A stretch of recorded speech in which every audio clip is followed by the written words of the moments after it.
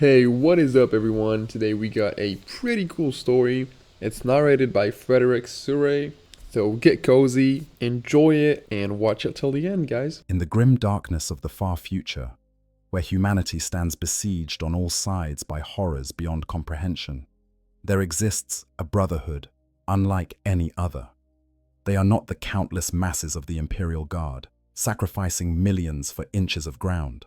They are not even the Space Marines, those transhuman angels of death who strike terror into the hearts of the Emperor's enemies.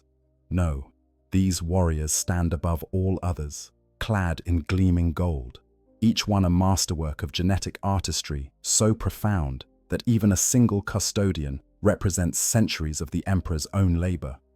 They are the Adeptus Custodes, the Emperor's own companions, and their story begins not in glory, but in the ashes of old Earth. Long before the Imperium stretched across the stars, before the Great Crusade united humanity under a single banner, there was only terror.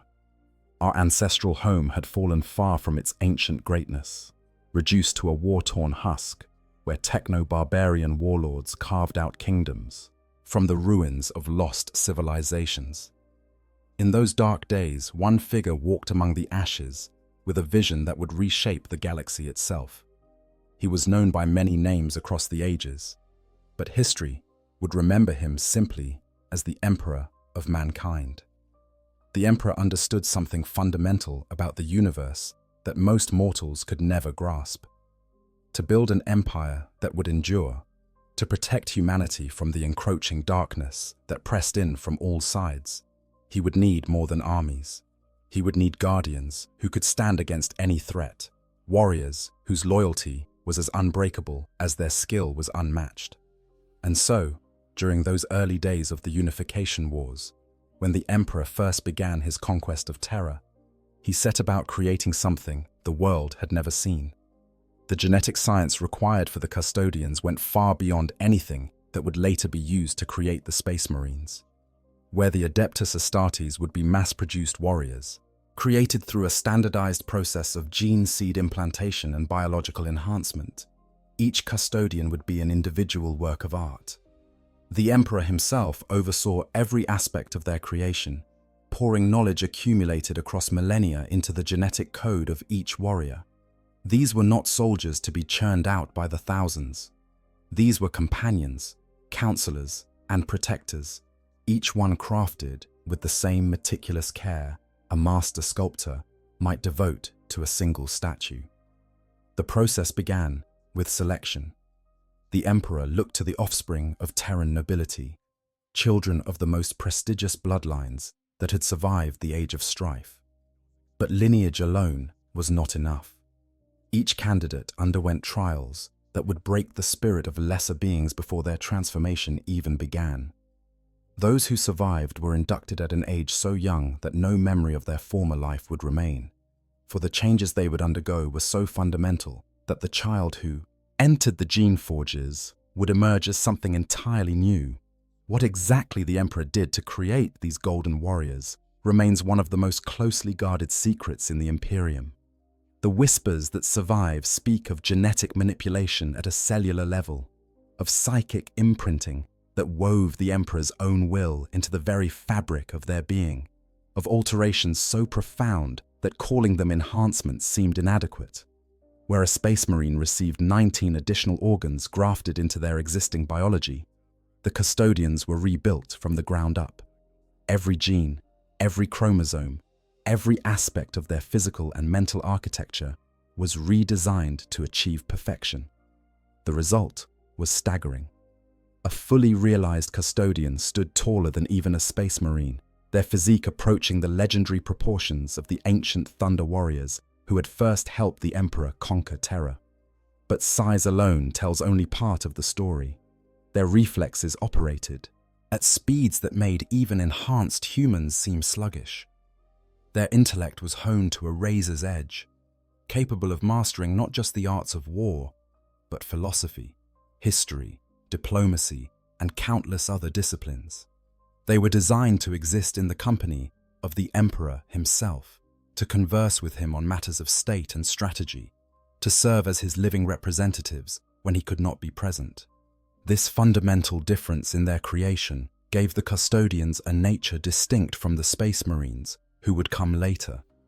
Where the Adeptus Astartes were forged into brotherhood, trained to fight as a unified whole with each battle brother supporting his comrades, the Custodians were individual warriors of supreme capability.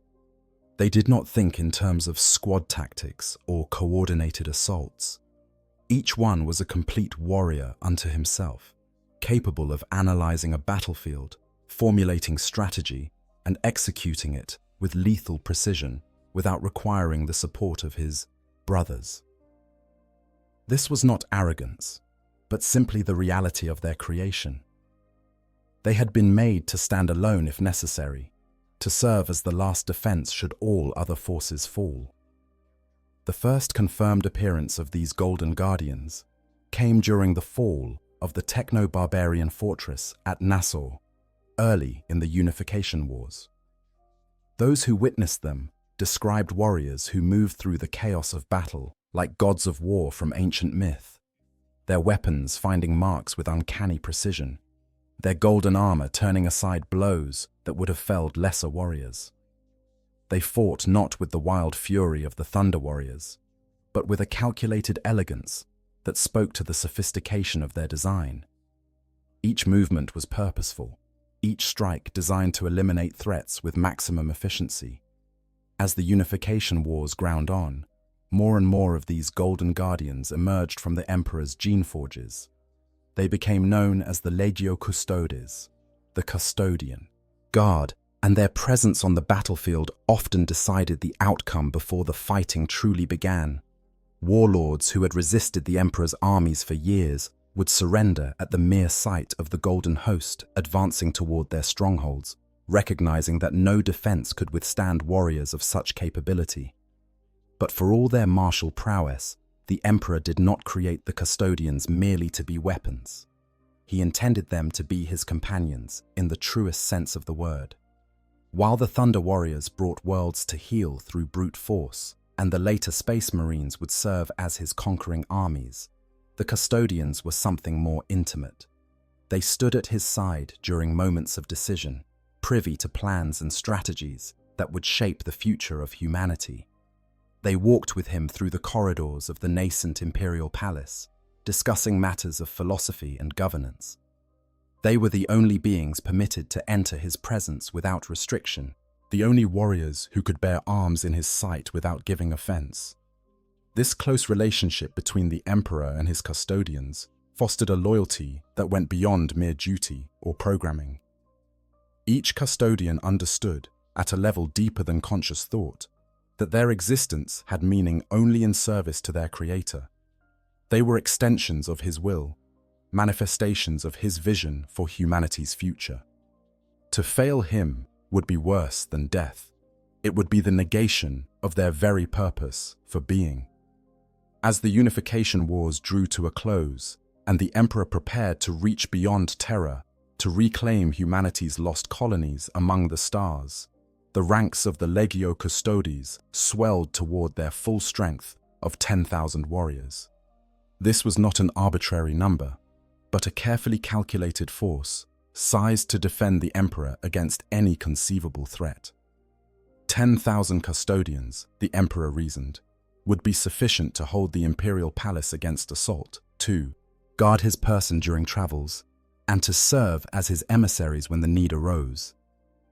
The Great Crusade that followed the Unification Wars would test this calculation in ways no one could have anticipated. As the Emperor led humanity out into the void, reclaiming lost worlds and bringing them into the fold of the nascent Imperium, the Custodians accompanied him. But their role during this era was more complex than simple bodyguard duty. While a contingent always remained at the Emperor's side, individual Custodians or small groups would venture forth as his personal representatives, carrying his word to distant battlefields and serving as living proof of his authority. The deployment patterns of the Custodians during the Great Crusade revealed much about their nature and purpose. A full shield host might accompany the Emperor when he personally led campaigns, forming an impenetrable wall of golden armor around his person. These warriors would engage only the most dangerous enemies, those threats that even Primarchs and their legions might struggle to overcome. When the Emperor faced Xenos war leaders, whose power rivaled that of the mightiest human warriors, or when demonic entities manifested on conquered worlds, the Custodians would step forward to eliminate these threats with clinical precision. Yet the Emperor also understood the symbolic power of his Golden Guardians. A single Custodian arriving on a battlefield could change the entire dynamic of a campaign, not through martial might alone, but through the message their presence conveyed. When a lone warrior in golden armor walked into a war council, spoke with the Emperor's own voice, and delivered commands that could not be questioned, it demonstrated the reach and authority of the nascent Imperium in ways that even victory in battle could not match. These solo missions tested the Custodians in ways that massed combat never could. A warrior sent to adjudicate a dispute between two Space Marine legions needed not just martial prowess, but diplomatic skill, the ability to navigate egos and traditions while maintaining absolute authority. A Custodian tasked with investigating potential corruption within an imperial institution required investigative acumen, the patience to gather evidence, and the judgment to determine when suspicion warranted execution. During the compliance of the world of Monarchia, for instance, Custodians observed the Word-Bearers Legion's methods with growing concern. They noted the religious fervor that Primarch Lorgar encouraged among his sons, the way he established the Emperor as a deity rather than simply a leader. Their reports back to Terra contributed to the Emperor's eventual decision to humiliate the Word-Bearers by razing their greatest city, a decision that would have catastrophic consequences when it drove Lorgar to seek other gods to worship. The Custodians also served as the Emperor's eyes and ears among the Primarchs themselves. These gene-forged demigods were the Emperor's sons, created to lead his armies and bring the galaxy to compliance. But they were also individuals with their own ambitions, philosophies, and flaws. The Emperor needed to understand how his sons were developing, what ideologies they were embracing, and whether they remained loyal to his vision for humanity's future. This created a complex dynamic between the Custodians and the Primarchs. Some of the Emperor's sons welcomed the Golden Guardians, recognizing them as valuable counselors and formidable allies. Robut Guilliman, for example, often sought the input of Custodians assigned to his legion, valuing their broader perspective and their connection to the Emperor's strategic vision. Rogel Dorn similarly worked closely with Constantine Valdor and other senior Custodians, seeing in them kindred spirits devoted to duty above all else. Other Primarchs had more complicated relationships with the Emperor's guardians. Lion L. Johnson of the Dark, Angels viewed them with a mix of respect and wariness, recognizing their capabilities while chafing at the implicit oversight they represented. Lehman Russ of the Space Wolves initially saw them as pretentious and overly formal, though he came to appreciate their worth after fighting alongside them on Prospero. Angron of the World Eaters despised them, viewing their refined manner and philosophical education as weakness, though he would never dare voice such opinions openly. The Custodians observed all of this, filing reports and maintaining records that would have shocked the Primarchs had they known the extent of the surveillance.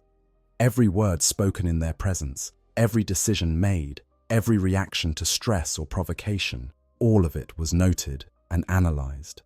The Golden Guardians served not just as bodyguards but as watchers, ensuring that the Emperor's sons remained on the path he had set for them. This surveillance extended to the Space Marine legions themselves. The Custodians understood that the Astartes, while loyal, were not immune to corruption or deviation from the imperial truth. They watched for signs of superstition creeping into legion culture, for the emergence of traditions that might conflict with the Emperor's secular vision. They noted which legions maintained the strongest bonds with their Terran-born members, and which seemed to favor recruits from their Primarch's homeworld, understanding that such divisions could become dangerous if left unchecked. The training doctrines of different legions also came under Custodian scrutiny.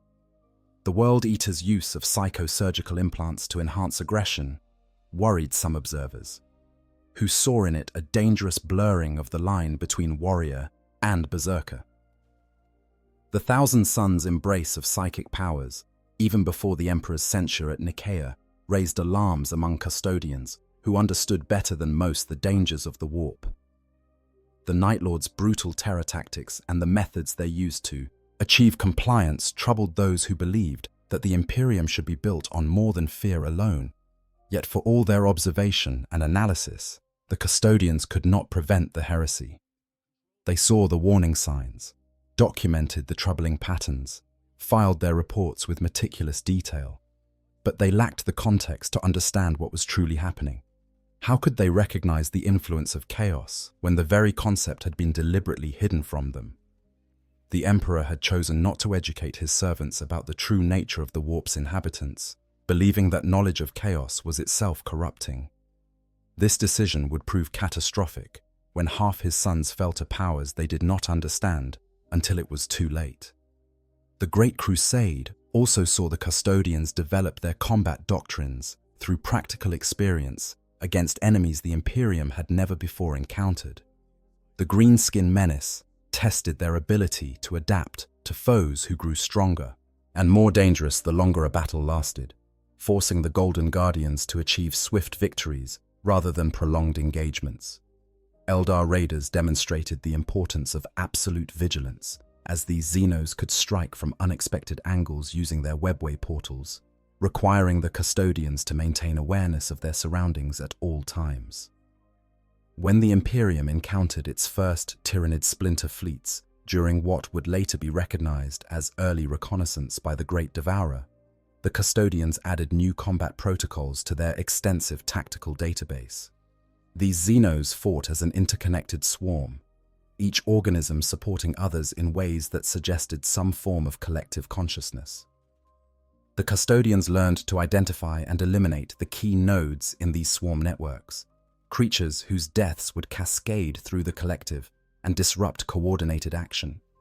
The range of enemies faced during the Great Crusade also drove innovation in custodian wargear. While the fundamental design of the Guardian Spear remained unchanged, refinements in its targeting systems and power field generation made each generation of the weapon more deadly than the last. Vehicle designs were updated to incorporate lessons learned from battles across hundreds of worlds, with improved armor configurations and more sophisticated anti-grav systems becoming standard. This was the era when the differences between the custodians and the newly created Space Marines became most apparent. The Emperor had designed the 20 Legiones Astartes to be his conquering force, massive armies of transhuman warriors led by his gene-forged sons, the Primarchs. These Space Marines fought as cohesive units, their strength derived from brotherhood and coordinated tactics. They were soldiers in the truest sense, designed to wage war on a galactic scale. The custodians, by contrast, remained what they had always been, warriors of individual excellence rather than collective might. When they fought alongside the Legiones Astartes, the differences were stark. A Space Marine squad would advance as a unified force, each battle brother knowing his place in the formation, trusting his brothers to support him. A group of custodians would disperse across the battlefield like golden lightning, each warrior operating independently, identifying threats and eliminating them with precision that seemed almost prescient. This fundamental difference led to occasional tension between the two groups. Some Space Marines, particularly those who had known no other life, viewed the custodians with a mixture of awe and incomprehension. How could warriors who did not fight as brothers hope to achieve victory against coordinated enemies? But such doubts evaporated when the Golden Guardians demonstrated their capabilities. A single custodian could carve through enemy formations that would require an entire Space Marine tactical squad to overcome. Their weapons, crafted with a level of artifice that even the finest equipment available to the Legiones Astartes could not match, turned the strongest armor into parchment and reduced the most fearsome creatures to ash. Yet the Emperor valued both forces for what they were. He understood that the Custodians and the Space Marines served different purposes in his grand design. The Legions Astartes were the sword that would carve out an empire. The Custodians were the shield that would ensure he lived to see that empire flourish. He was willing to expend his Space Marines in vast numbers to achieve strategic objectives, accepting their casualties as the price of conquest. But the life of each Custodian was precious beyond measure, and he deployed them sparingly, always mindful of the cost should even one of these irreplaceable warriors fall. This careful husbanding of his golden guardians meant that for most citizens of the growing Imperium, the Custodians remained figures of legend rather than reality. To see even a single golden warrior was considered a blessing, a sign that the Emperor's grace touched a world. To see them in force was to know that events of cosmic significance were unfolding, and to see them in battle was to witness something that defied mortal comprehension, a display of martial perfection that seemed to blur the line between the physical and the divine. As the Great Crusade progressed, and the Emperor rediscovered his scattered sons, the Primarchs, the role of the Custodians evolved once more. These gene-forged demigods possessed power that rivaled even the Golden Guardians, and some among them commanded legions numbering in the hundreds of thousands. Yet despite their might, despite their authority, the Primarchs themselves understood that the Custodians stood apart. When a Custodian entered a room, even a Primarch would acknowledge their presence with respect, for these warriors spoke with the Emperor's own voice. Constantin Valdor, the first among the Custodians and bearer of the title Captain General, became a particularly important figure during this era. He was not the first Custodian created, but he embodied everything the Emperor had envisioned when he began their genesis. Valdor's skill at arms was legendary even among his exceptional brothers. His tactical acumen had been tested across 1,000 battlefields. His counsel had shaped imperial policy on countless occasions, and his loyalty to the Emperor burned with an intensity that seemed almost supernatural. Valdor's relationship with the Primarchs varied, depending on the individual. Some, like Rogel Dawn of the Imperial Fists, worked closely with the Captain General, recognizing in him a kindred spirit devoted utterly to duty. Others, more individualistic in nature, chafed at the implicit authority the Custodians wielded, though they would never voice such concerns openly. But all understood that when Constantin Valdor spoke, his words carried the weight of the Emperor's will. The Emperor's decision to create the Custodians as individual warriors rather than a unified brotherhood had another, perhaps unintended, consequence. While Space Marines drew strength from their bonds to their battle brothers and their legion, forming connections that could sustain them through the horrors of war, the Custodians remained somewhat isolated. They had comrades, certainly, and they respected one another's capabilities, but the deep emotional bonds that characterized Space Marine chapters were largely absent from their ranks. Their primary connection was to the Emperor himself, and all other relationships paled in comparison. This isolation served them well in some ways. Where the emotional bonds between Space Marines could be exploited by clever enemies or lead to conflicts when brothers disagreed, the Custodians remained focused on their singular purpose. They could execute orders that would tear at a Space Marine's loyalty to his brothers without hesitation, because their loyalty was not divided. They served the Emperor, and all other considerations were secondary. But this same isolation would become a terrible burden in the dark years ahead. For all their strength, for all their skill, the Custodians were not invincible. They could be surprised, overwhelmed, or simply outnumbered. And when the greatest betrayal in human history shattered the Imperium, when brother turned against brother and the galaxy burned, the Custodians would face a test that would shake them to their very foundations. The first whispers of the Horus heresy came not with the clashing of arms, but with a psychic scream that echoed through the warp. Magnus the Red, Primarch of the Thousand Suns, had discovered through his sorcerous arts that the Warmaster Horus had been corrupted by the dark powers of chaos. In his desperation to warn the Emperor, Magnus committed an act of catastrophic hubris. He used forbidden sorcery to project a warning directly into the Imperial Palace on Terra, shattering the psychic wards that protected the Emperor's most secret project. Deep beneath the palace, unknown to all but the Emperor and his most trusted servants, lay the entrance to a portion of the ancient webway, the network of tunnels through the Imperium that the Eldar had built in ages past. The Emperor had been laboring in secret to create a human gateway into this network, intending to use it to free humanity from dependence on warp travel and the dangers that such journeys entailed. Magnus's psychic intrusion shattered the wards holding back the denizens of the warp, and demonic entities came pouring through the breach.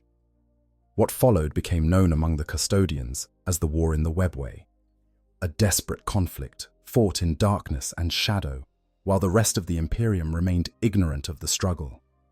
The Emperor himself was forced to take the field, his psychic might the only thing capable of holding back the endless tide of daemons that sought to pour through the breach into reality. And fighting beside him, dying in numbers that would have been unthinkable during the Great Crusade, were his Custodians. This was war of a different character than anything the Golden Guardians had faced before. The demons that emerged from the breach were not mortal foes who could be slain with blade and bolt.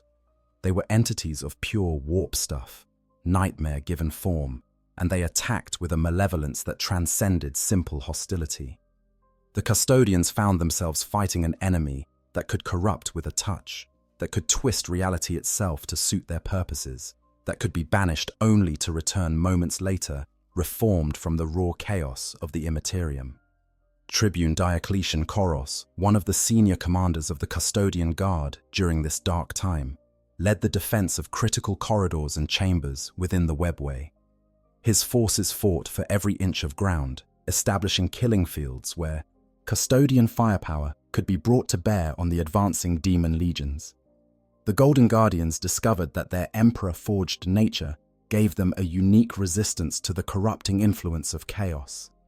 Where mortal soldiers might be driven mad by the mere sight of the entities they faced, and even space marines could be turned if exposed to sufficient corruption, the Custodians remained steadfast. But resistance to corruption did not make them invulnerable. Custodians died in droves in those dark tunnels, their golden armor torn apart by warp-spawned claws, their perfect bodies reduced to ash by demonic flames. For every daemon banished back to the warp, it seemed 2 more would emerge to take its place. The war became a grinding attrition, with the Emperor's psychic might the only thing preventing a complete collapse. While this desperate battle raged beneath the palace, Constantin Valdor received another duty that would have profound implications for the coming conflict. The Emperor, unable to leave his position holding the Webway Gate, commanded Valdor to lead a censure force to the world of Prospero. There, they would apprehend Magnus the Red and bring him back to Terra to answer for his violation of the Emperor's decree against sorcery. The censure host that departed for Prospero included Valdor's Custodians and the Space Wolves Legion led by Primarch Lehman Russ. The mission should have been straightforward. Magnus, racked with guilt over the damage his warning had caused, had no intention of resisting. He would come willingly to face his father's judgment. But Horus, already deep in his betrayal though it was not yet public knowledge, intervened. Through carefully crafted lies and manipulation, he convinced Russ that Magnus was irredeemable, that the Emperor's true command was for the 1,000 Suns to be utterly destroyed. What should have been an arrest became a battle that would echo through history. The Custodians and Space Wolves fell upon Prospero with devastating force, engaging the 1,000 Suns in a conflict that saw the entire world burn. Magnus, realizing too late that he was under attack, was forced to defend his legion. The psychic sorcery of the 1,000 Suns clashed against the Emperor-forged resistance of the Custodians in battles that defied description. Reality itself seemed to warp and twist around the combatants as telekinetic force hurled warriors through the air, and psychic fire reduced golden armor to slag. Valdor fought at the forefront of the Custodian advance, his artificer weapons cutting down Thousand Sun sorcerers even as their psychic attacks shattered the warriors around him. The Apollonian spear, a weapon believed to have been crafted by the Emperor himself and wielded by Valdor since his ascension to Captain General, proved especially effective against the warp-spawned powers of Magnus's sons. Its Emperor-blessed nature seemed to cut through psychic shields as easily as it pierced armor. The battle ended with Prospero in ruins, and the Thousand Suns scattered to the winds. Magnus himself fled, his shame and rage driving him into the embrace of the very powers he had once sought to understand and control. The censure host returned to Terra, having completed their mission in the most brutal way possible. Though Valdor's own thoughts on the excessive destruction remain unrecorded. Some histories suggest the Captain General argued for restraint, only to be overruled by Russ's fury. Others claim the Custodians participated fully in the devastation, seeing it as necessary to purge the taint of sorcery from the galaxy. Whatever the truth, the destruction of Prospero proved to be merely a prelude to the catastrophe that would soon engulf the entire Imperium. Word reached Terra that Horus, the War Master himself, the Emperor's most trusted son, and the commander of the largest segment of the Crusade fleets, had turned traitor. Fully half of the Primarchs and their legions followed him into rebellion, and the galaxy erupted into the civil war that would forever after be known as the Horus Heresy. You know, I've always found it fascinating how the Custodians represent something we don't really see anywhere else in Warhammer. They're not brothers in arms like the Space Marines. They're not a unified army. Each one is basically a solo protagonist in their own right, which is such a unique concept and setting that usually focuses on massive armies. It's almost melancholic when you think about it. 10,000 perfect warriors, each one capable of changing the course of battles. They spent millennia just standing guard. That tension between what they could be doing versus what they feel they must do has always stuck with me. Anyways, let's continue the story. For the Custodians, this was a nightmare beyond comprehension.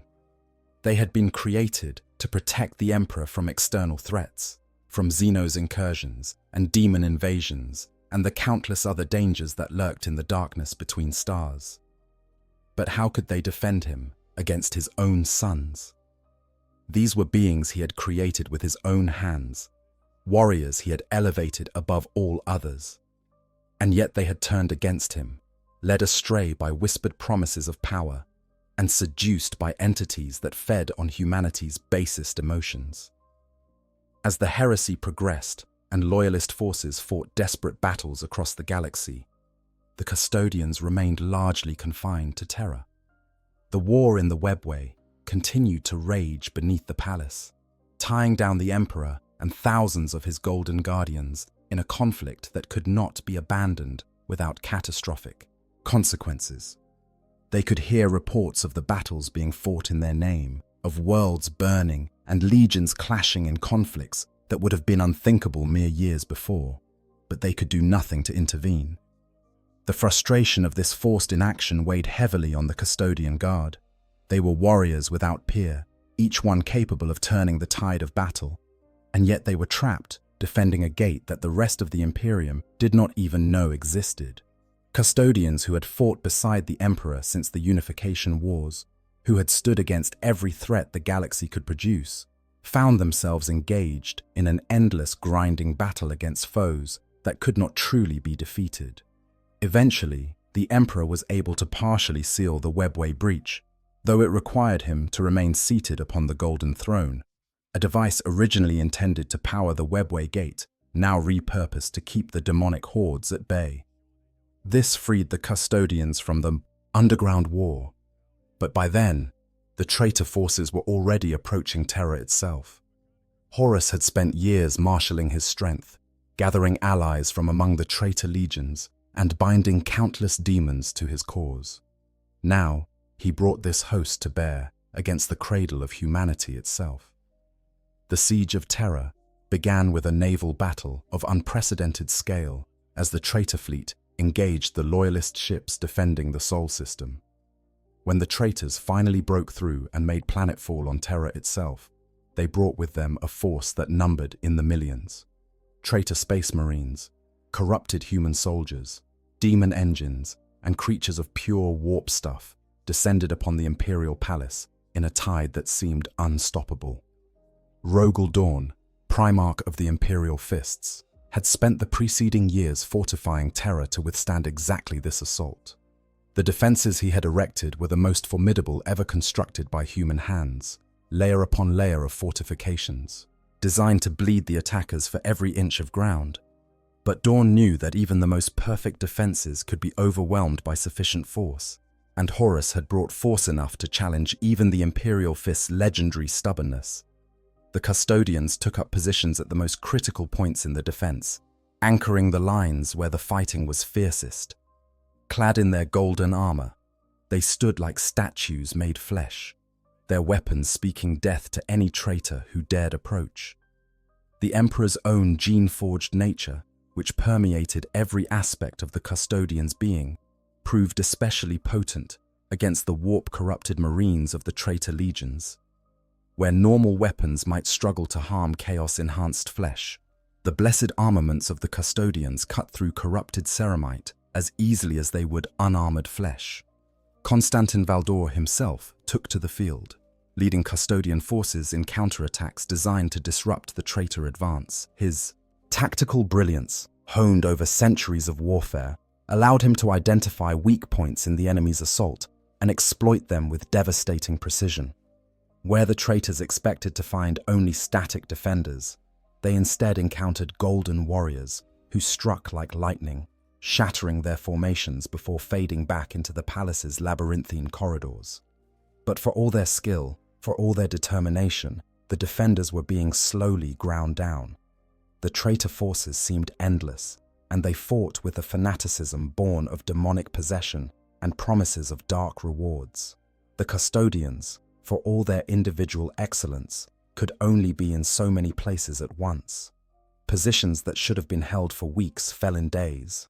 Defenses that Dawn had believed impregnable were breached and overrun. The breaking point came at the Eternity Gate, the final barrier between the traitor forces and the Sanctum Imperialis, where the Emperor sat upon the golden throne. The forces of chaos launched their most determined assault yet, throwing everything they had against this last obstacle. Bloodthirsters, greater demons of Khorne, the blood god, led the charge, their rage incarnate and their bloodlust unquenchable. Behind them came traitor space marines in numbers that blotted out the sky, and behind them, demons beyond counting, a tide of warp stuff given nightmarish form. The defenders of the Eternity Gate were led by Sanguinius, the Primarch of the Blood Angels, whose psychic might and combat prowess made him one of the Emperor's greatest sons. Fighting beside him were detachments from several loyalist legions, and, at the very center of the defense, a full host of Custodians, commanded by Tribune Diocletian Koros. These golden warriors had fought in the war in the Webway for years, had battled demons in the darkness beneath the palace, when the rest of the Imperium remained ignorant of the threat. Now they brought that hard-won experience to bear in defense of their master. The battle that followed defied description. Sanguinius fought like an avenging angel, his sword carving through demon flesh, even as his psychic powers hurled attackers back into the seething mass behind them. The Custodians formed an unbreakable wall, their discipline and individual skill creating a killing field that the traitors could cross only by sacrificing thousands. For every golden warrior that fell, dozens of enemies died, and the ground before the Eternity Gate became slick with blood and ichor. But the traitors kept coming. They climbed over the bodies of their own dead, driven forward by dark masters who cared nothing for casualties. Legio Audax Titans, massive war engines corrupted by chaos, brought their Ursus claws to bear on the Eternity Gate itself, attempting to tear it open through brute force. One of the massive doors was slowly pried apart, creating a gap through which more attackers could pour.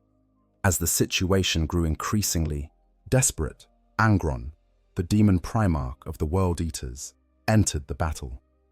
He had been transformed by the dark gods into something that was no longer entirely mortal, a creature of rage and bloodlust that existed as much in the warp as in reality. His target was his brother Sanguinius, and the two Primarchs clashed in single combat while the battle raged around them. The Custodians, seeing their defensive line on the verge of collapse, made a decision that would haunt them for millennia. Tribune Koros ordered the Eternity Gates sealed, trapping Sanguinius outside with the demon tide. It was a tactical decision, a cold calculation that sacrificing the Primarch might buy enough time for reinforcements to arrive. But it was also an admission of failure, an acknowledgement that even the Emperor's finest guardians could not hold against the forces arrayed against them. Sanguinius, in a display of power that would become legend, managed to fight his way clear. He drove Angron back, shattering the demon Primarch's physical form and banishing him back to the warp, then fought his way through the tide of lesser demons to reach the gate. The Custodians, shamed by their decision to seal him out, opened the gate just long enough for their Primarch to slip through, then slammed it shut once more. But the battle had revealed a terrible truth. The defenders were reaching their breaking point. Losses among all the loyalist forces had been catastrophic, and the Custodians themselves, who had not known significant casualties in living memory, had lost hundreds of warriors. The tide of chaos seemed inexhaustible, and it was only a matter of time before even the Eternity Gate fell. Then, in what seemed like either a last desperate gambit or a calculated challenge, Horus lowered the void shields on his flagship, the Vengeful Spirit, which had taken up position in orbit above the Imperial Palace. The meaning was clear. He was inviting the Emperor to face him directly, to end this war in single combat between father and son. The Emperor accepted the challenge. Gathering a boarding party that included Constantin Valdor and a select group of Custodians, the Primarchs Rogel Dawn and Sanguinius, and companies of Imperial Fists and Blood Angels, he teleported aboard the Vengeful Spirit. The plan was to strike at the head of the serpent, to kill Horus and break the traitor assault. But Horus was prepared.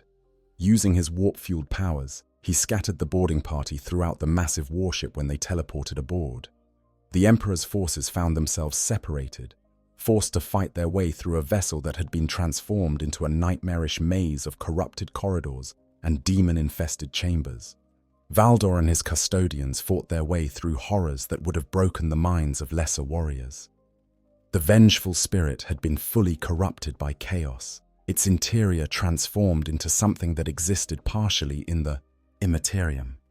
Reality itself seemed malleable, with corridors that led to impossible places and rooms that were larger on the inside than their external dimensions could possibly allow.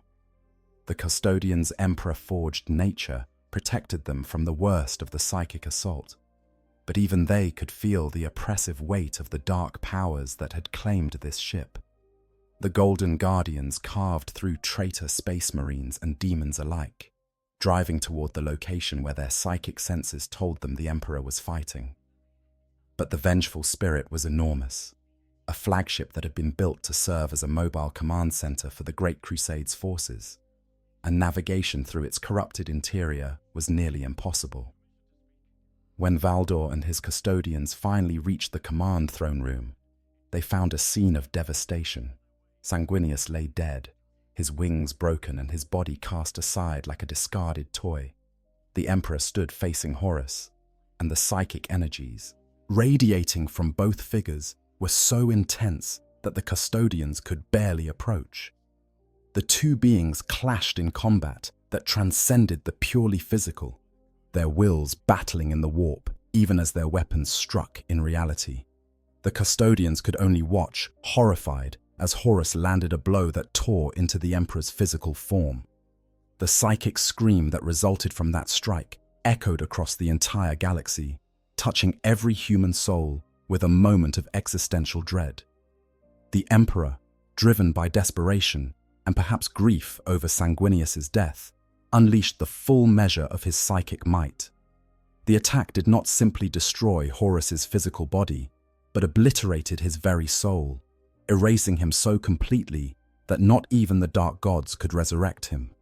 But the cost was catastrophic. The Emperor's body was ruined, his soul torn and bleeding psychic energy into the warp. The Custodians rushed forward, catching their master as he collapsed. Valda's face, normally an impassive mask of discipline, showed raw anguish as he held the Emperor's broken form. They had failed in their most fundamental duty. The being they were created to protect had been mortally wounded while they fought their way through the corridors of his enemy's ship. The surviving Custodians carried the Emperor back to Terra, fighting their way through the remnants of the traitor forces who, leaderless with Horus's death, had begun to fall into disarray. Medical servitors and the finest gene rights the Imperium possessed examined the Emperor, and their diagnosis was devastating. He could not be healed. The damage Horus had inflicted went beyond the physical, reaching into the very essence of what made the Emperor who he was. Without intervention, he would die within hours. The solution, if it could be called that, was the Golden Throne. Originally designed as a psychic amplifier to power the Webway Gate, it could be repurposed to sustain the Emperor's life, maintaining his body in a state between life and death, while his psychic presence continued to guide the Imperium. But it would require him to remain seated upon the throne forever, unable to move or communicate except through the most indirect means. The Emperor was interred within the Golden Throne, and the Custodians watched as the being they had served since their creation was transformed into a living corpse, sustained only by the sacrifice of thousands of psykers whose souls were fed to the throne daily to keep the Emperor's light burning. It was a fate worse than death, and it was one they had failed to prevent. In the aftermath of the Emperor's internment, the Custodians underwent a transformation of their own. They shed their traditional red cloaks and robes, donning black as a symbol of mourning. Many stopped wearing their armor entirely, except in combat, wrapping themselves in dark cloaks that covered their bodies, a physical manifestation of the shame that consumed them. They had failed the being who had created them, who had given them purpose and meaning. What right did they have to parade in golden glory when their master lay broken and silent? This period became known among the Custodians as the Age of Mourning, and it would last for 10,000 years. The Golden Guardians withdrew from the wider Imperium, confining themselves almost entirely to Terra, and more specifically to the Imperial Palace. Where once they had ranged across the galaxy as the Emperor's emissaries, now they stood vigil in the corridors of the palace, watching over their silent master with a dedication born of guilt and grief. The structure of the Custodian Guard also evolved during this period. Where once they had operated more loosely, individual custodians responding to threats as they identified them, now they adopted a more formalized organizational structure. The ranks and titles that had existed during the Great Crusade became more rigidly defined, creating a clear chain of command that could function even during the long years when the Emperor could no longer provide direct guidance. At the top of this hierarchy stood the Captain General, the leader of the Adeptus Custodes, and often one of the High Lords of Terra when circumstances required the position to be filled. The Captain General wielded absolute authority over the 10,000, though they were expected to consult with the other senior officers on matters of great import. The title carried such weight that in the 10,000 years since the Horus heresy, there have been only 17 individuals to bear it. Constantine Valdor, the first Captain General, disappeared sometime in the years following the heresy. The exact circumstances remain one of the greatest mysteries in the Imperium. Some accounts suggest he went in search of a way to heal the Emperor, venturing into the darkness beyond the Imperium's borders on a quest from which he never returned. Others claim he established a secret order dedicated to hunting down traitors who had fled during the chaos of the Siege of Terra. Whatever the truth, his absence left a void that subsequent Captain Generals would struggle to fill. Below the Captain General were the tribunes, senior officers who commanded significant portions of the Custodian Guard. During the Heresy era, there had been 3 tribunes, but in the millennia that followed, this number was reduced to 2. These warriors served as the Captain General's principal advisors and commanders, overseeing the various shield hosts and ensuring that the defense of the palace and the Emperor remained absolute. The next tier of command consisted of shield captains, warriors who led individual shield companies into battle. These were the most veteran and experienced custodians, warriors who had proven themselves in countless engagements and demonstrated not just martial prowess, but also tactical brilliance and strategic understanding. The rank of shield captain existed, concurrently with other titles such as prefect, lictor, proconsul, and tribune, creating a complex web of authority and responsibility. Below these command ranks were the custodians themselves, organized into various castes determined by their war gear and battlefield role. The Hikanatoi formed the main strength of the Custodian Guard, heavy infantry equipped with the iconic Guardian spears that had become synonymous with the Golden Warriors. These were custodians in the truest sense, warriors who embodied the ideal of individual excellence that defined their order. Specialized units existed within this structure, each designed for specific tactical roles.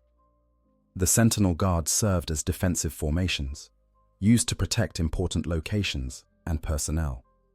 Unlike their brothers, they trained extensively in coordinated defensive tactics, creating shield walls that could withstand even the most determined assaults. They were typically equipped with presidium shields and sentinel blades, trading some offensive capability for enhanced protection. The Heteron Guard represented the elite inner circle of the custodians. These warriors formed the Emperor's personal bodyguard and rarely left his side except under the most dire circumstances. During the Great Crusade, they had served not just as guards, but as the Emperor's aides and confidants, privy to secrets that even the Primarchs were not permitted to know. In the Age of Mourning, they maintained their vigil in the Sanctum Imperialis, the innermost chamber where the Golden Throne resided. The Alaris Terminators, known during the Heresy as the Tharanatoi, served as elite shock troops and siege specialists. Clad in Terminator armor, crafted specifically for their enhanced physiology, they could teleport directly into the heart of enemy formations and carve them apart with weapons designed to kill the largest and most dangerous foes. Their armor incorporated not just enhanced protection, but also sophisticated teleportation technology that allowed for rapid deployment anywhere on Terra or, if necessary, beyond. The Virtus Praetors, mounted on anti-grav bikes, formed the fast attack elements of the Custodian Guard. These warriors, known as cataphractoi during earlier eras, served as reconnaissance units and rapid response forces. Their bikes could achieve speeds that made them appear as golden blurs, and they wielded weapons designed for both ranged and melee combat. The cataphractoi also operated the Custodes fighters and gunships, maintaining a small but highly capable aerial force. Perhaps the most tragic members of the Custodian Guard were the Moritoi, wounded brothers who had been interred within dreadnought chassis to continue their service. Unlike the Space Marines, who viewed interment in a dreadnought as an honor, the Custodians saw it as a grim necessity. Each Custodian was a unique work of art, and to be reduced to a mechanical form felt like a diminishment of everything they were supposed to represent. Yet they served nonetheless, their loyalty to the Emperor overriding even their distaste for their mechanical prison. The Sagittarum Guard represented one of the least common custodian variants. These warriors specialized in ranged combat, wielding devastating weapons designed to eliminate enemies from a distance. While all custodians were trained in the use of ranged weapons, the Sagittarum had elevated this to an art form, capable of identifying and eliminating threats before they could close to melee range. Beyond these formal organizational structures, the custodians developed a unique tradition of names and naming. Each custodian began with a single name, typically drawn from ancient Terran mythology, historical figures, or significant locations. Names like Constantine, Diocletian, Archaetus, Ra, and Ammon spoke to the deep history that the emperor valued, but these were merely starting points. As a custodian performed great deeds in service to the home emperor, they earned additional names that were added to their title. Constantine Valdor, for example, had accumulated hundreds of names prior to the Siege of Terror, each one commemorating a specific act of heroism or achievement. These names were inscribed not on the outside of their armor, where others might see them, but on the interior, or even directly into their bones.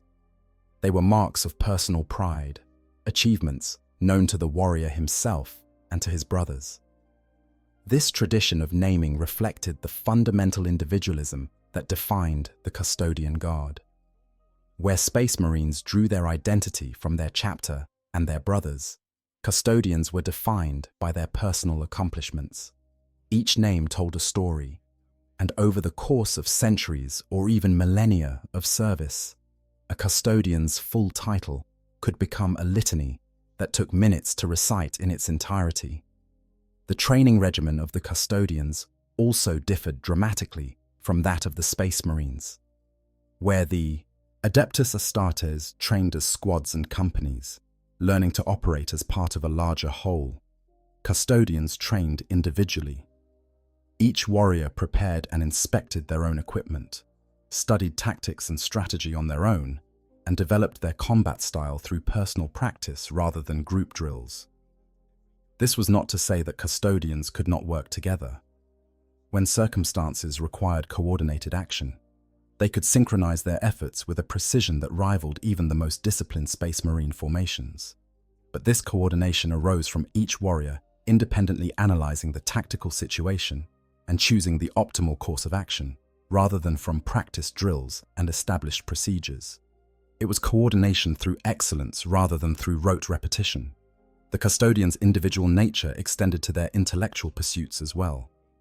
Unlike Space Marines, who were often specialized in particular aspects of warfare, Custodians were expected to be Renaissance warriors, mastering not just combat but philosophy, history, diplomacy, art, and countless other disciplines. The Emperor had designed them to be his companions, and companions needed to be able to converse on any topic that might interest him. This broad education made the Custodians uniquely suited for roles beyond simple bodyguard duty. When they did venture beyond the palace during the Age of Mourning, it was often to investigate threats to terror that required not just martial prowess, but also sophisticated understanding of politics, technology, or other specialized knowledge. A Custodian might spend decades infiltrating a noble house to root out heresy, using their knowledge of courtly intrigue and social manipulation to identify traitors without ever drawing their weapons. The formation of shield hosts represented the Custodians' adaptation to the realities of the post-heresy Imperium. These were semi-permanent formations, larger than shield, companies but smaller than the full muster of the 10,000, each with its own identity and specialized role. While all Custodians shared the same fundamental training and capabilities, the shield hosts developed particular areas of expertise based on their duties. The Shadow Keepers, one of the most mysterious shield hosts, bore the grim responsibility of guarding the dark cells deep beneath the Imperial Palace. These prison vaults contained horrors from the Age of Strife, creatures and artifacts so dangerous that their very existence remained classified at the highest levels of Imperial secrecy. The Shadow Keepers wore armor of black auramite rather than gold, the better to blend with the shadows of their domain, and they patrolled corridors where the air itself seemed thick with dread. The artifacts and entities locked within the dark cells represented threats that could destroy the Imperium if they were ever released. Ancient weapons from the dark age of technology that could crack worlds with a single shot. Enslaved daemons bound within crystalline prisons, their power so great that even contained, they radiated malevolence. Alien artifacts whose purpose remained unknown, but whose power was unmistakable. The Shadow Keepers stood eternal guard over all of these, knowing that a single moment of inattention could lead to catastrophe. The leader of the Shadow Keepers bore the title of Lockwarden, a position that conferred both tremendous responsibility and terrible knowledge. The Lockwarden alone knew the full extent of what the dark cells contained. and they alone held the keys to every rune-locked portal. This burden would drive most beings to madness, but the Custodians' Emperor-forged nature allowed them to shoulder it without breaking. The opening of the Great Rift in the era Indomitus changed everything for the Shadowkeepers. Suddenly, cells that had been occupied for 10,000 years stood empty, their contents spirited away by some unholy force. The Shadowkeepers realized with horror that the horrors they had guarded so carefully were now loose in the galaxy, free to wreak whatever havoc their dark purposes demanded. For the first time in millennia, the Shadowkeepers ventured beyond Terra in force, hunting the escaped entities and attempting to recapture them before they could inflict irreparable damage. The Aquilan Shield represented a different approach to the Custodians' protective duties. Where most of their brothers guarded the Emperor and Terra, the Aquilan Shield watched over individuals scattered across the galaxy whom oracular visions suggested would be crucial to the Emperor's continued safety. These were not necessarily important or powerful people in any conventional sense. They might be lowly guardsmen or obscure administrators, navigators or merchant captains, whose futures intersected in ways that would impact Terra's security. The protection offered by the Aquilan Shield was absolute but impersonal. They would guard their charge against any threat, throwing themselves into harm's way without hesitation. But they offered no explanation of why they were there or what they were protecting the individual from. When the critical moment passed, when the person fulfilled whatever role the oracles had foreseen, the Aquilan Shield would simply vanish, leaving their former charge to whatever fate awaited them. This cold calculus of protection could be devastating for those involved. A guardsman might be shielded from certain death by golden warriors who appeared from nowhere, allowed to rise through the ranks and achieve great things, only to be abandoned at the moment of his greatest triumph and killed by enemies he had thought defeated. But the Aquilan Shield cared nothing for such individual tragedies. Their concern was for the Emperor's safety, and if that required one man to live long enough to make a critical decision before dying, then so be it. The Dread Host embodied the Custodian's role as the Emperor's wrath made manifest. Where other shield hosts might approach their duties with cold professionalism, the Dread Host fought with a fury that seemed almost incompatible with the Custodians' usual discipline. They were executioners and eliminators, dispatched to utterly annihilate threats before they could metastasize into true dangers. When the Dread Host deployed, they did so with the understanding that their mission was total destruction. They did not take prisoners. They did not accept surrenders. They arrived, identified their target, and eliminated it with overwhelming force, leaving nothing behind that might pose a future threat. Their armor bore black and white in addition to gold, a visual representation of the stark binary they represented. Threats existed or they did not. There was no middle ground. The Solar Watch served as the Custodians' fast response force, warriors trained to intercept threats before they could reach Terra.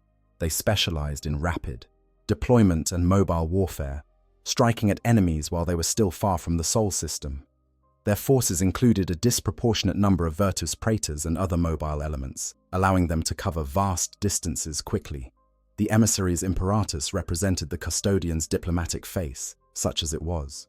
When the Adeptus Custodes needed to interact with other imperial institutions, when they required cooperation from organizations that did not automatically defer to their authority, the Emissaries Imperatus provided warriors who understood how to navigate the complex political landscape of the Imperium while still maintaining the dignity and authority of their position. These shield hosts, and others like them, represented the Custodians' attempt to adapt to a galaxy that had grown increasingly hostile in the 10 millennia since the heresy. But even as they developed specialized roles and tactics, the fundamental nature of the Custodian Guard remained unchanged. They were still individual warriors of supreme capability, still devoted to the Emperor above all else, still willing to die to protect him and his realm. Their equipment reflected this unwavering commitment to excellence. Every piece of war gear issued to a Custodian was a masterwork, crafted by the finest artisans the Imperium could produce, and blessed with technologies that dated back to the dark age of technology. Their armor, made from a material called auramite, rather than the ceramite used for space marine armor, was not just stronger, but also incorporated systems that would be considered relic grade in any other force. The creation of auramite itself was a closely guarded secret, known only to the most trusted tech priests who served the Custodian Guard. Unlike ceramite, which could be produced in vast quantities once the necessary infrastructure was in place, auramite required rare materials and manufacturing processes that could not be scaled up for mass production. Each suit of Custodian armor represented months or even years of work by master artificers, with every plate individually shaped and fitted to the warrior who would wear it. The armor did more than simply protect its wearer. Sophisticated sensor systems provided the Custodian with a complete tactical picture of their surroundings, identifying threats and analyzing enemy capabilities in real time. Targeting assistance systems, while far more subtle than the auto-targeting used by some other forces, helped ensure that every shot fired found its mark with maximum efficiency.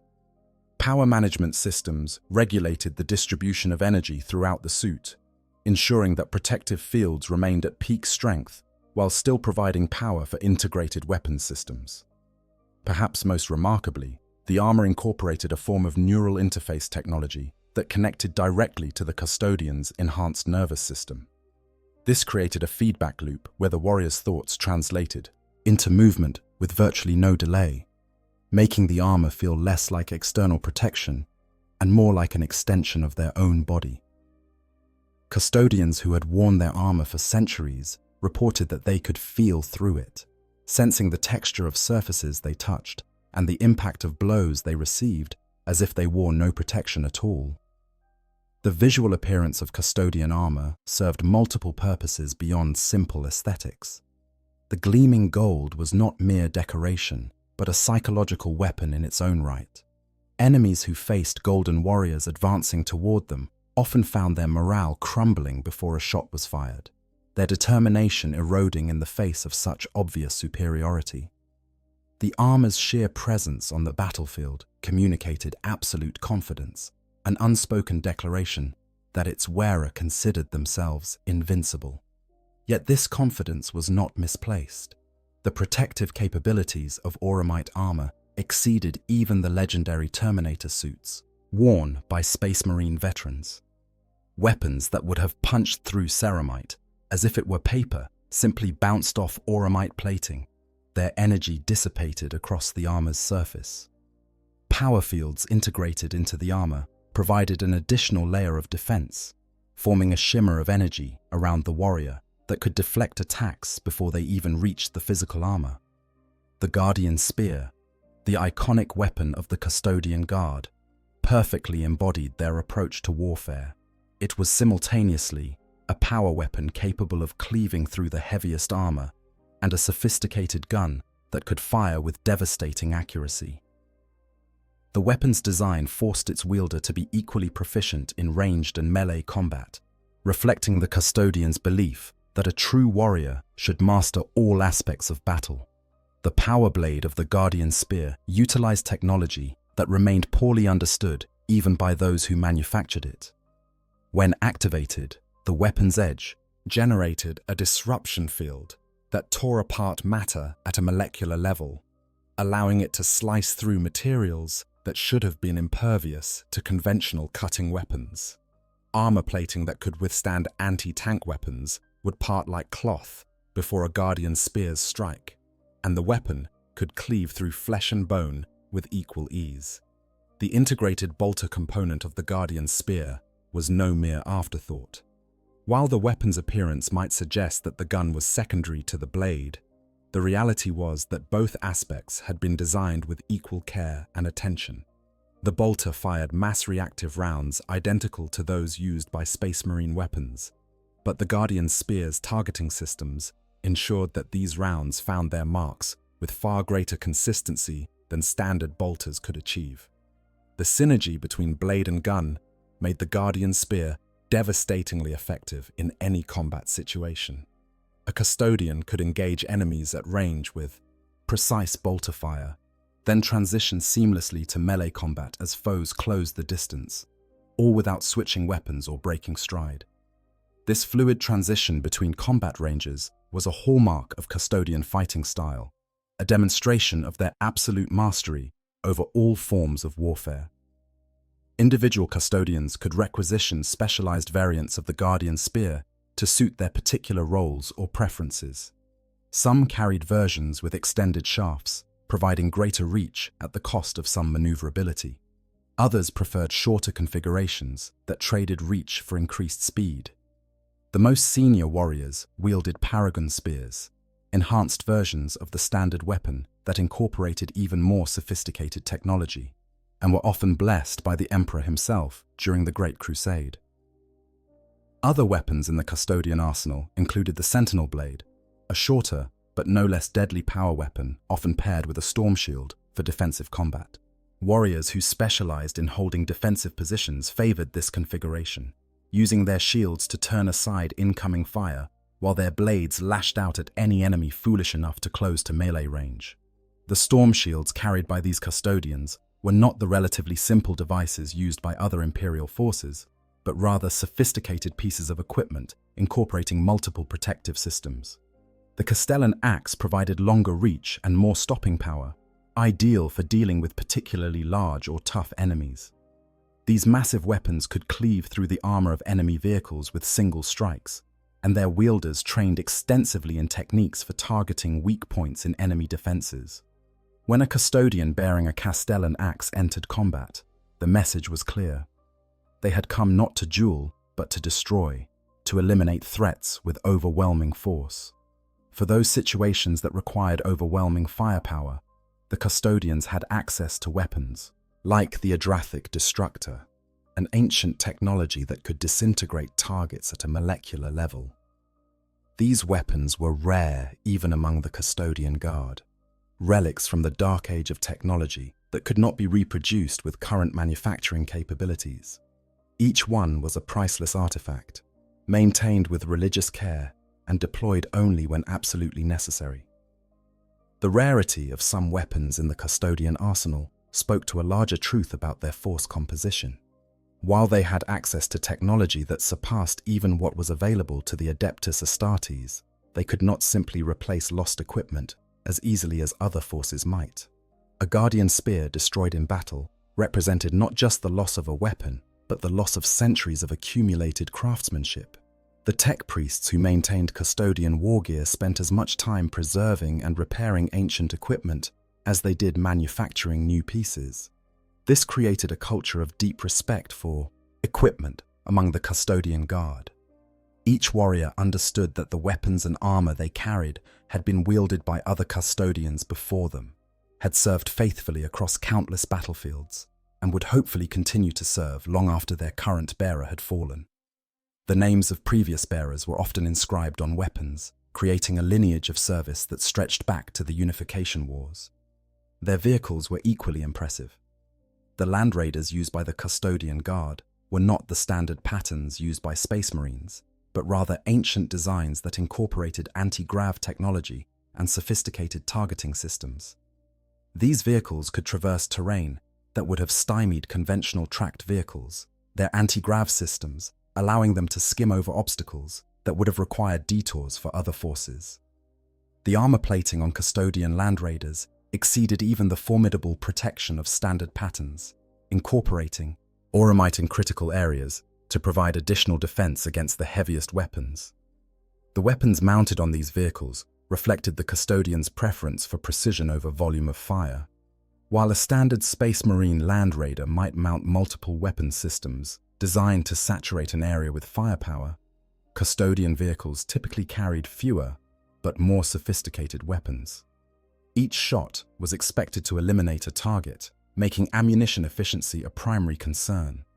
The targeting systems that supported these weapons were so advanced that gunners could identify and engage weak points in enemy armor at ranges where other forces would still be attempting to acquire targets.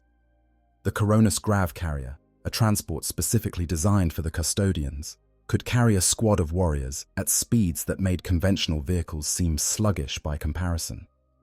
These sleek craft utilized the same anti-grav technology as other custodian vehicles, but pushed it to extremes, achieving velocities that created sonic booms as they passed overhead. The inertial dampening systems required to protect passengers from the G-forces generated by such acceleration represented technology that most Imperial forces could only dream of possessing. Perhaps most impressive were the Virtus Praetor's jet bikes, gleaming vehicles that combined speed with firepower in a package that only a custodian's enhanced reflexes could fully exploit. These bikes could achieve velocities that would tear a normal human apart from the G-forces alone, and they were armed with weapons that could destroy armored vehicles with a single shot. The jet bikes incorporated sophisticated stabilization systems that allowed their riders to fire accurately even while traveling at supersonic speeds, turning them into platforms for hit-and-run attacks that enemies struggled to counter. The construction of a custodian jet bike was an art form in itself. Each vehicle was assembled by hand, with master artificers spending months ensuring that every component functioned at peak efficiency.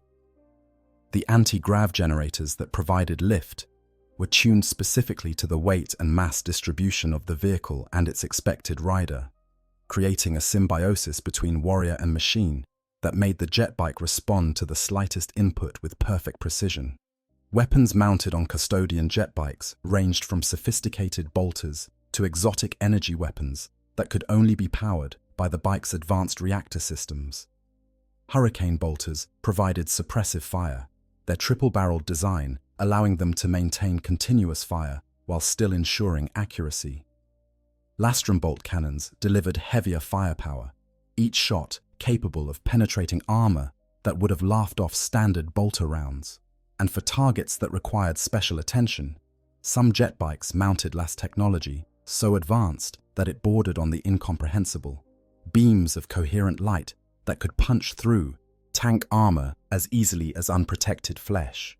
For 10,000 years, this formidable force remained largely confined to Terra, watching over the Emperor in his golden prison and waiting for a threat that would justify their deployment. They became myths to the citizens of the Imperium, golden ghosts that most people would never see in their entire lives. Even among the Adeptus Astartes, the custodians were viewed with a mixture of awe and incomprehension. How could warriors of such capability accept such a limited role? How could they confine themselves to guard duty when the Imperium faced countless threats? But the custodians understood something that others did not. Every second they spent defending the Imperial Palace was a second the Emperor remained safe. Every threat they intercepted before it reached Terra was a potential catastrophe averted. Their vigil might seem passive to outsiders, but they saw it as the most important duty in the entire Imperium. Let the Space Marines win glory on distant battlefields. Let the Imperial Guard hold the line on 10,000 worlds. The custodians would do what only they could do, stand guard over the one being whose survival was absolutely essential to humanity's future. This changed with the opening of the Great Rift, the birth of this massive warp storm, a scar across reality that split the galaxy in two, sent shockwaves through the Materium and Immaterium alike.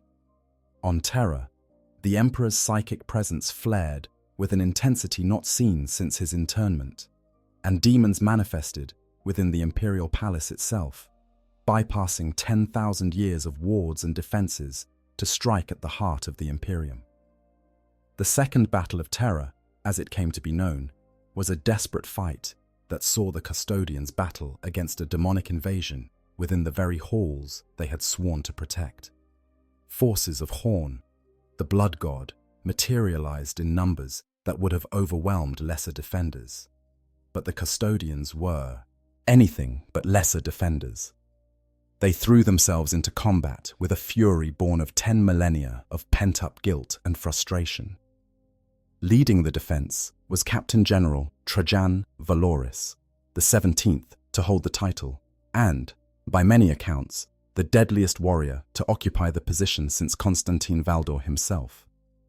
Valoris had risen to his position following the death of his predecessor during a period known as the Years of Madness, and his tenure had already been marked by a more proactive stance than the Custodians had taken in recent centuries.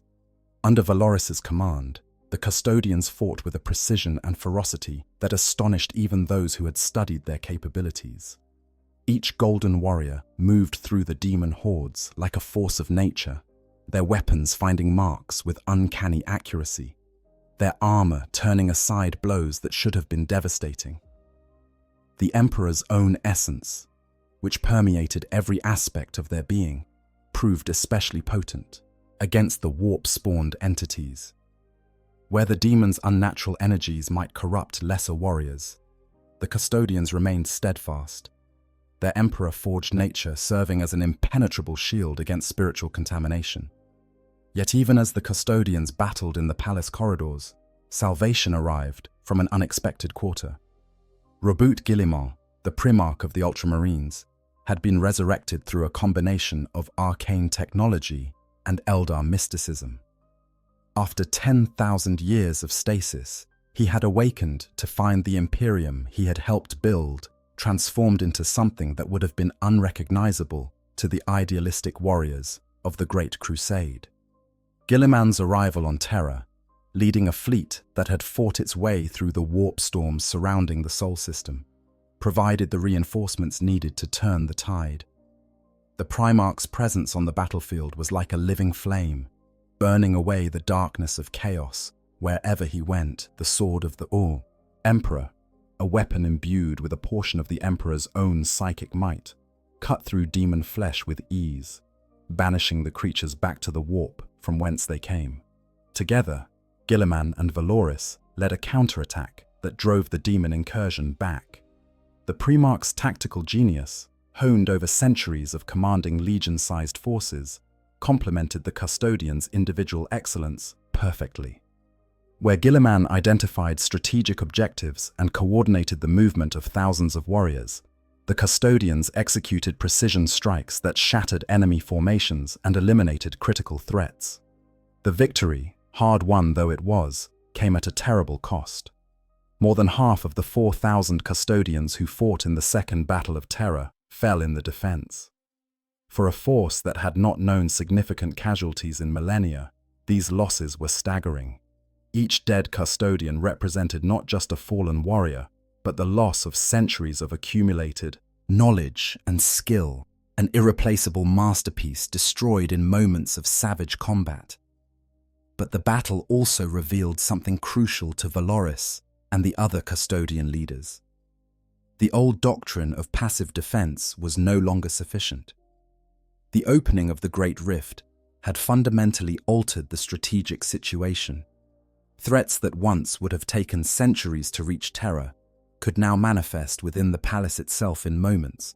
The Custodians could not afford to simply react to danger. They needed to take the fight to the enemy, to eliminate threats before they could fully manifest. This realization led to perhaps the most significant shift in Custodian doctrine since the Age of Mourning began. For the first time in 10,000 years, significant numbers of Custodians would leave Terra not just for brief missions, but for extended campaigns.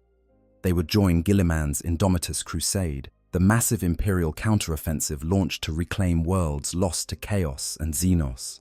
In the wake of the Great Rift's opening, the decision was not made lightly. To the Custodians, their vigil over the Emperor was sacred, and any warrior sent away from Terra represented one less defender should the palace come under attack. But Valoris argued persuasively that the best defense of Terra lay in ensuring that threats were eliminated before they could reach the Sol system. If the Custodians could identify and destroy nascent dangers while they were still distant, they could prevent the kind of massive assault that had nearly breached the palace during the Second Battle of Terra. The Custodians who joined the Indomitus Crusade served a dual purpose. They acted as the heralds of Guillemot's authority, golden proof that the Primarch spoke with the Emperor's blessing. This was particularly important when delivering the Primaris Space Marines, Archmagos Belisarius calls enhanced transhuman warriors, to existing Space Marine chapters. Many of these chapters were suspicious of the new arrivals, viewing them as potential usurpers or worse, evidence of heretical innovation. But when Custodians accompanied the torchbearer fleets that carried the Primaris creation technology, they served as living proof that this gift came from the Emperor himself. Beyond this diplomatic role, the Custodians also served as elite shock troops in the Crusade's most critical engagements. When a battle required warriors of unmatched capability, when the enemy was so dangerous that even Space Marines might falter, the Golden Guardians would deploy. Their presence on the battlefield could turn the tide of conflicts that might otherwise have been lost. At the Battle of Gathalamor, one of the Indomitus Crusade's early major engagements, Custodians fought alongside Grey Knights against a massive demonic incursion. The combination proved devastating. Where the Grey Knights brought their psychic might and demon-slaying expertise, the Custodians provided unstoppable martial prowess. Together, they carved through the demon host, their blessed weapons sending countless warp entities screaming back to the Imperium. Later conflicts saw the Custodians deployed against a wide range of threats. When Necron tomb worlds began awakening near the Sol system, the Dread Host responded with characteristic brutality, exterminating the ancient Xenos before they could fully mobilize their forces. When Genestealer cults were discovered operating in critical manufacturing worlds, the Shadowkeepers hunted them down with the same relentless determination they applied to guarding the dark cells. But for all their successes in the field, the Custodians never forgot their primary duty. Even as shield hosts ranged across the galaxy, the majority of the 10,000 remained on Terra, maintaining their vigil over the Emperor. The warriors who deployed with the Indomitus Crusade and other expeditions were volunteers, Custodians, who had convinced their brothers that their service would better protect the Emperor from afar than from within the palace walls. This created a subtle division within the Custodian Guard. Some warriors embraced the new, more active role, seeing it as a long overdue evolution that allowed them to use their capabilities to maximum effect. Others viewed the deployment of Custodians beyond Terra with deep unease, fearing that they were abandoning their post in pursuit of glory that meant nothing compared to the sacred duty of protecting the Emperor. Valoris walked a careful line between these factions. He increased the frequency of the blood games, brutal exercises in which Custodians attempted to assassinate the Emperor, or rather, to penetrate the palace's defenses and reach him, while their brothers tried to stop them. These exercises served multiple purposes. They identified weaknesses in the palace's security that could then be addressed. They kept the Custodians sharp, maintaining their edge even during long periods without actual combat. And perhaps most importantly, they reassured those who worried about the depletion of Terra's defenders that the warriors who remained were more than sufficient to protect their charge. Under Valoris's leadership, the Adeptus Custodes also intensified their intelligence-gathering operations. The Eyes of the Emperor, an informal network of custodian agents scattered across the galaxy, expanded their activities. These warriors operated in disguise, their identities hidden beneath civilian clothes or the armor of other Imperial forces, watching for threats to Terra from positions where they could provide early warning. Some Custodians pursued an even more dramatic path. When a warrior believed he could no longer effectively serve due to injury or age, despite the Custodian's essential biological immortality, he would bequeath his armor to the Hall of Names and venture out into the galaxy in disguise. Clad in simple black cloaks, these warriors would spend their final years hunting threats to the Emperor, working from the shadows to eliminate dangers before they could manifest. Their actions went unrecorded and unacknowledged, for they had already removed themselves from the official roles of the Custodian Guard. But their impact on the Imperium's safety was profound. The era also saw the Custodians working more closely with other Imperial institutions than they had in millennia. Their cooperation with the Sisters of Silence, the order of anti-psychers who had fought alongside them during the Great Crusade, was renewed with particular intensity. The Sisters brought capabilities that complemented the Custodians perfectly. Their anti-psychic aura neutralizing warp-based threats that might otherwise have proven problematic, even for the Golden Guardians. Valoris himself took a seat among the High Lords of Terra, the ruling council of the Imperium, a position that the Captain General was entitled to, but which had been filled only rarely in recent centuries. His presence in the halls of power allowed the Custodians to influence imperial policy in ways that had been impossible when they remained isolated in the palace. When the High Lords debated whether to repeal laws restricting the Custodians' freedom to operate beyond Terra, Valoris was there to ensure that the restrictions were lifted. But even as the Custodians embraced this more active role, they remained fundamentally unchanged in their essential nature. They were still warriors who fought as individuals rather than as part of a collective. They were still devoted to the Emperor above all else, viewing their service to him as the only source of meaning in their existence.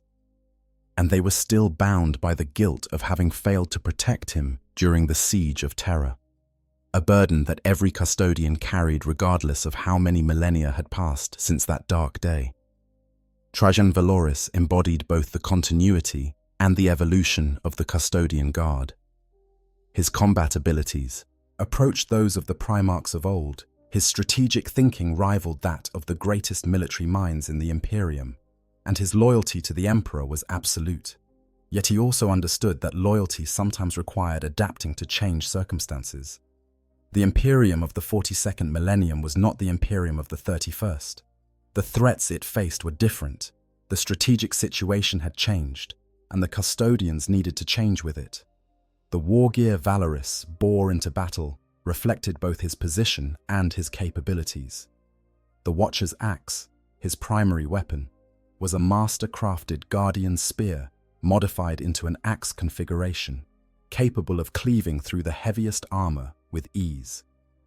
The Moment Shackle, a mysterious artifact from the dark age of technology, granted him abilities that others could only speculate about, allowing him to manipulate time in limited ways or predict enemy movements with uncanny accuracy.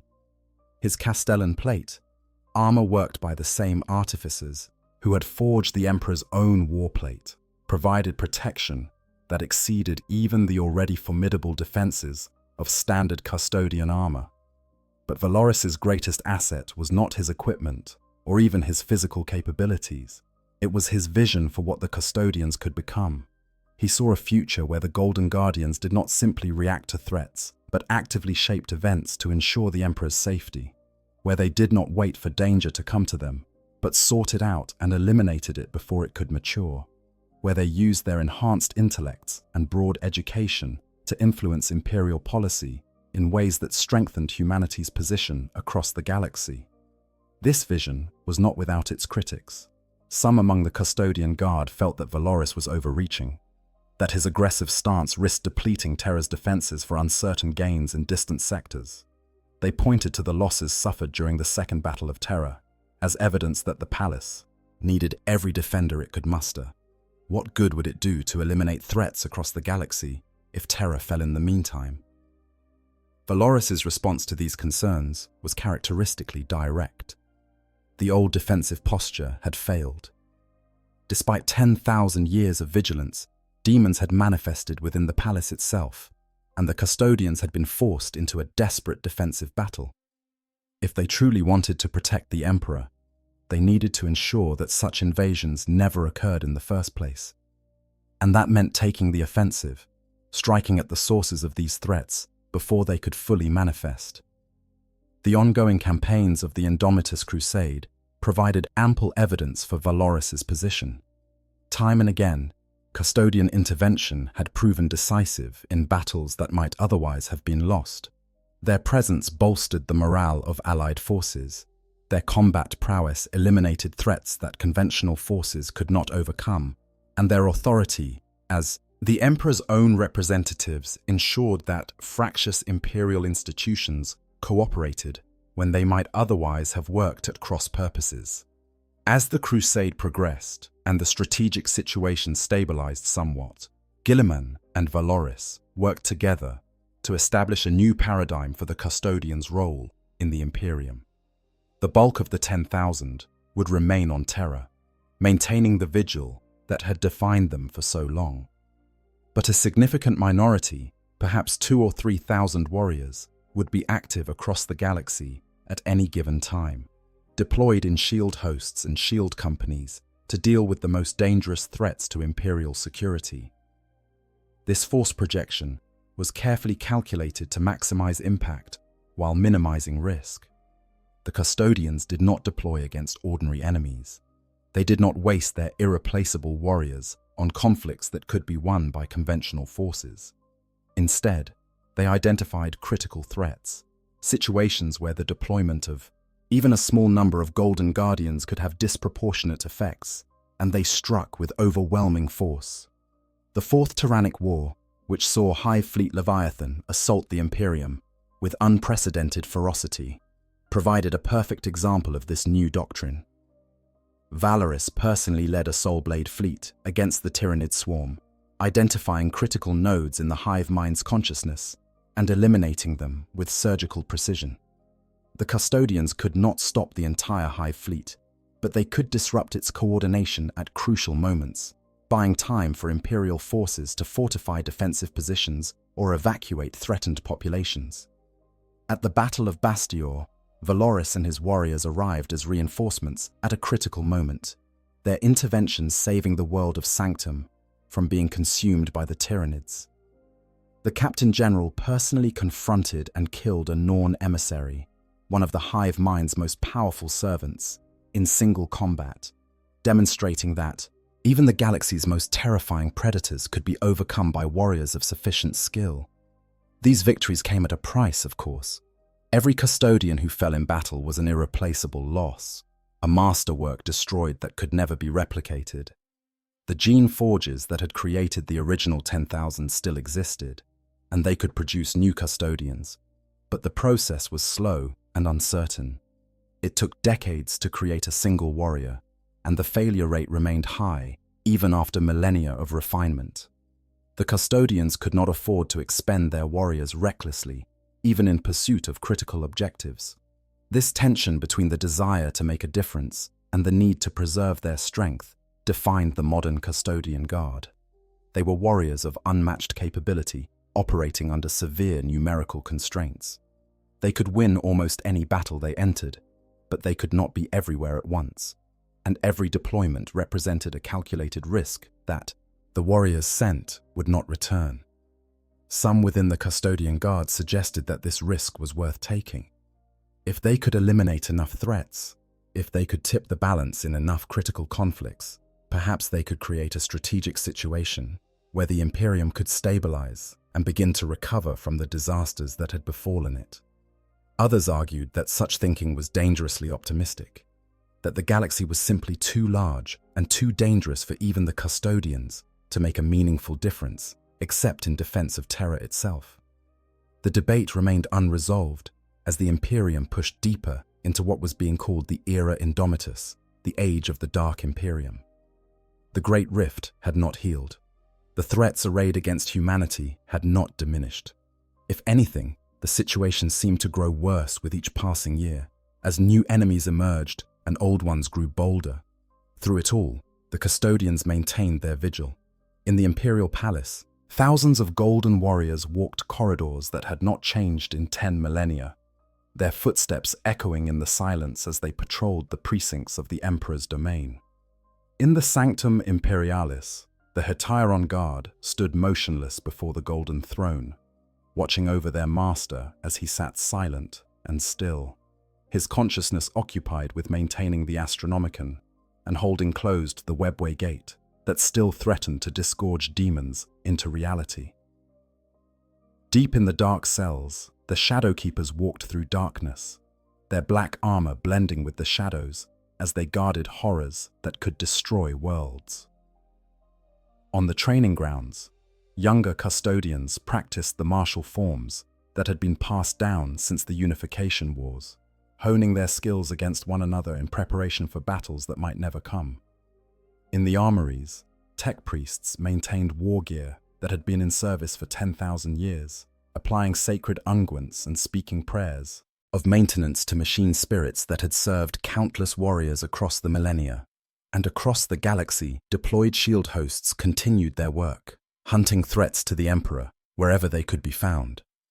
They fought in the darkness beyond the light of the Astronomicon, in regions where the Imperium's presence had been reduced to scattered outposts, desperately holding on. They fought in the heart of the Imperium Sanctus, eliminating corruption that had taken root in places that should have been safe. They fought on the borders of the Great Rift itself, battling demons that sought to expand the wound in reality and consume more worlds. Through all of this, the Custodians remained what they had always been: the Emperor's companions, his guards, his living representatives. They were not the Imperium's salvation. They were not going to single-handedly turn back the tide of darkness that pressed in from all sides, but they would stand firm. They would fight when fighting was required, and they would guard the Emperor until the very last of them fell. The future of the Adeptus Custodes remains uncertain. The strategic situation continues to evolve, and with it, the role these golden warriors will play in the wars to come. Some believe that the current aggressive stance will prove unsustainable, that losses will eventually force the Custodians to retreat back to Terra and resume their purely defensive posture. Others argue that the opposite is true, that the Custodians will need to become even more active if the Imperium is to survive the challenges ahead. There are even those who whisper of more radical changes. With Guilliman returned and actively reforming Imperial institutions, might the Primarch attempt to expand the numbers of the Custodian Guard? The gene forges still exist. The techniques used to create them, while complex and uncertain, could theoretically be applied on a larger scale. Perhaps the future holds not 10,000 golden guardians, but 20,000, or 50,000, or more. But such speculation ignores the fundamental nature of what makes a Custodian. They are not mass-produced warriors to be churned out by the thousands. Each one is a unique creation, shaped by the Emperor's own hand in ways that cannot be easily replicated or scaled up. To try to produce them in greater numbers might result in diluted warriors, Custodians in name only who lacked the essential qualities that made the original 10,000 what they were. For now, the Adeptus Custodes continue their vigil as they have for 10,000 years. They stand in golden silence in the halls of the Imperial Palace. They patrol the walls and ramparts, watching for threats that might never come. They walk into battle when called upon, their weapons singing songs of death to the Emperor's enemies. They guard the dark cells, maintain the blood games, hunt heretics, and eliminate Xenos. They serve, as they always have, as the ultimate expression of loyalty and duty. And through it all, they carry the weight of their failure on the vengeful spirit. Every Custodian knows that they could not prevent Horus from wounding the Emperor. Every one of them understands that their vigil is a form of penance, an attempt to atone for a failure that can never truly be made right. They cannot bring the Emperor back. They cannot undo the wound that Horus inflicted. But they can ensure that he is never threatened again, that no enemy will ever again come close enough to strike at him. This is the burden the Custodians carry. This is the oath they have sworn, and this is the duty they will continue to fulfill until the stars themselves burn out and the universe grows cold and dark. For they are the Adeptus Custodes, the Emperor's own companions, and their loyalty is eternal. The galaxy may burn. Empires may rise and fall. Entire civilizations may be ground to dust in the endless wars that consume the 42nd millennium. But as long as a single Custodian draws breath, as long as even one of these golden warriors stands vigil over the Emperor, there remains hope. Not hope for victory, perhaps. Not hope for an end to the darkness that presses in from all sides, but hope that humanity's greatest champion, the master of mankind himself, will be protected and preserved, waiting for the day when he might rise once more to lead his people. That day may never come. The Emperor may remain forever bound to the Golden Throne, his physical form sustained only through the daily sacrifice of 1,000 psychers, his consciousness occupied with maintaining the Astronomicon and holding back the tide of chaos. But the Custodians do not serve in expectation of reward or recognition. They serve because service is their purpose, their reason for existence. And they will continue to serve, faithful unto death and beyond, until the very end of time itself. If you enjoyed diving into the complete history of the Custodians, make sure to like this video and subscribe to the channel for more deep explorations of Warhammer 40K lore. The Emperor protects, and so do his Golden Guardians. I hope you guys enjoyed the story. Make sure to hit the subscribe, like, share button, whatever you want. Give me some feedback if there's any. And yeah, sleep well.